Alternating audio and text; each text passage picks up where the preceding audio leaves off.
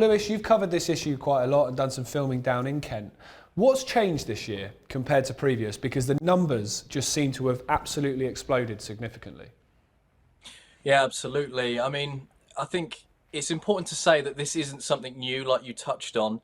And this has been happening for the past few decades now. And immigration has always been a topic since, well, as far back as just after the Second World War. But like you mentioned, I have been down the docks of Dover and reporting there. And I'll be honest, from what I've seen, it's almost like a coordinated business-like operation, and that hasn't changed. And this is forever expanded with the facilities there, and they have it all completely rehearsed. It's a very neatly tight security operation. It's really strange.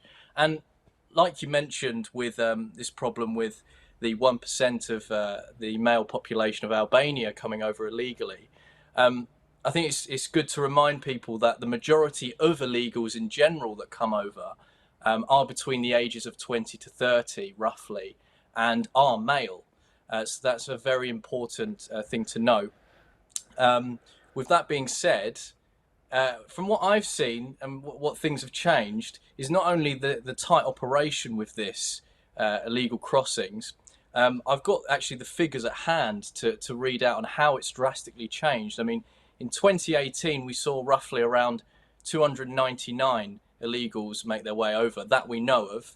In 2019, it rose up to 1,843. 2020 rose up even more. 8,466 is what they totaled.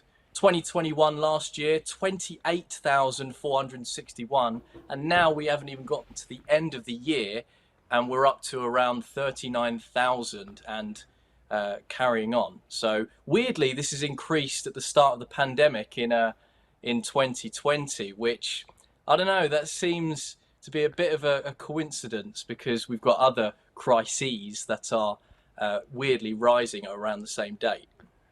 Yeah, I mean, we're talking about a cost of living crisis while £7 million a day apparently is being spent to house these people. Do you think part of it is, well, the question was going to be, do you think it's being done deliberately? I think that's quite an obvious one.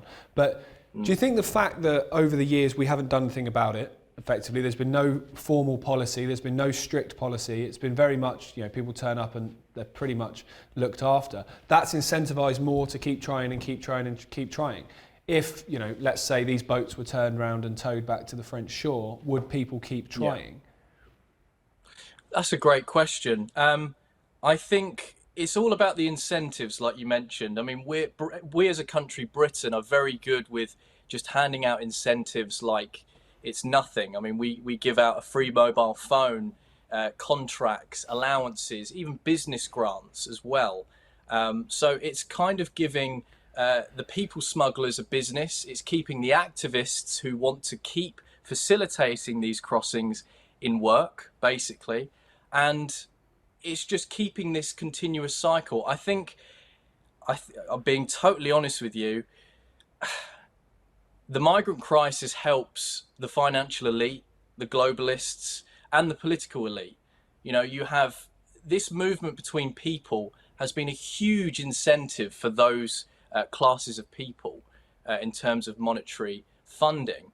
And you can only look at websites such as the World Economic Forum and the UN and places like that, who have put out spreadsheets and put out propaganda on where they sit with the ongoing freedom of movement.